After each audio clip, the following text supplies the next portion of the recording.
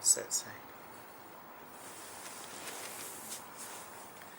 So, the hardest thing in the world to do, to remain open and undefended at all times, while still being in the marketplace, while still being in the world. Because if we can remain open and undefended, we can have equanimity of the mind. We can have a mind that stays cool. We can have a mind that basically doesn't suffer.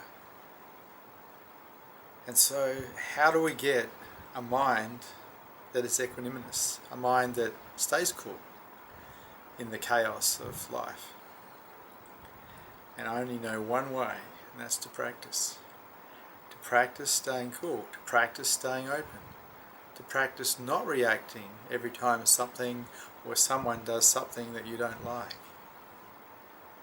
Because that was the game that I used to play with myself of openness. If I noticed I was closed, how fast could I get back to open? If I noticed I was in resistance to people, how fast could I be open to them again? Because it's not like I was good at this game. It took millions of failures to get even half good at it.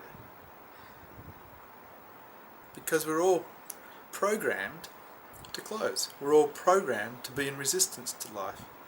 We're all programmed to addictively demand what we want, to aggressively defend what we own, what we're attached to.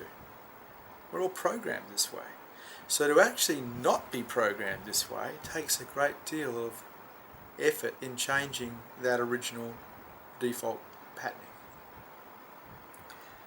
To be tenderly okay with whatever is appearing is a beautiful methodology, because it doesn't leave any room eventually for the ego. Because if you're tenderly okay with everything, there's no resistance to things, then there's no you, because you show up as resistance. You're the one who shows up as no. As a matter of fact, it's how the ego was formed, with no. How the ego got strong was with no.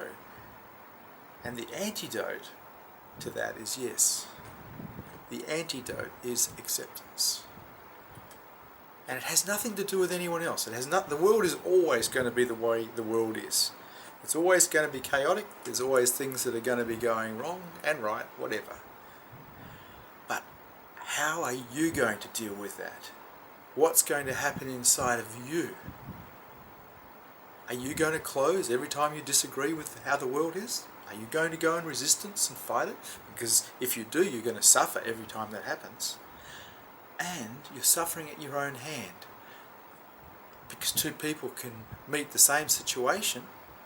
One closes, resists, suffers. The other stays open, doesn't suffer. So who's causing the suffering? Is it the situation, or is it the individual that's resisting? In other words, we are responsible for our own suffering because we create it with our resistance to what is. And there's no need. You can learn to not resist. That doesn't mean you still don't work in the world and put boundaries up in the world. You do, but can you do it from a place of openness, non-resistance? It takes a lot of practice, but I know it's absolutely possible. Your mind starts to mellow out, starts to be able to be calm even when things are going wrong, even when people are trying to hurt you. Mind stays calm because it's practiced. And it's practiced a lot. Now, if you don't have a practice of letting go, if you don't have a practice of openness, well, you will run true to whatever default patterning you have until your body dies.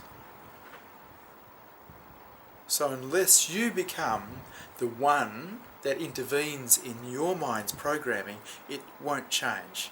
The likelihood of changing is probably zero.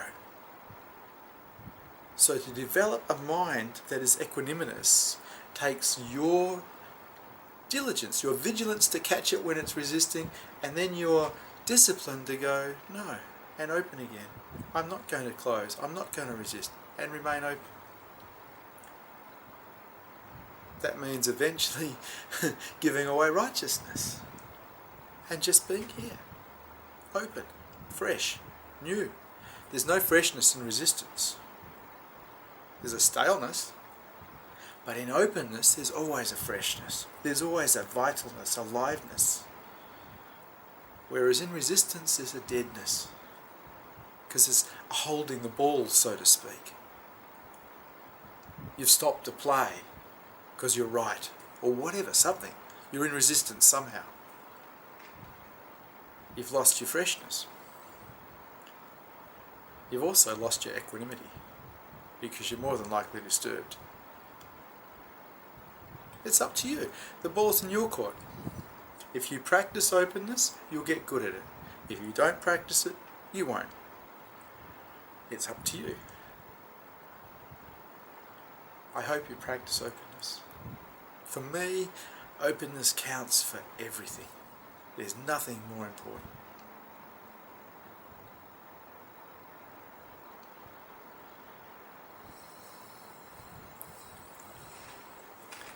Thank you for Satsang.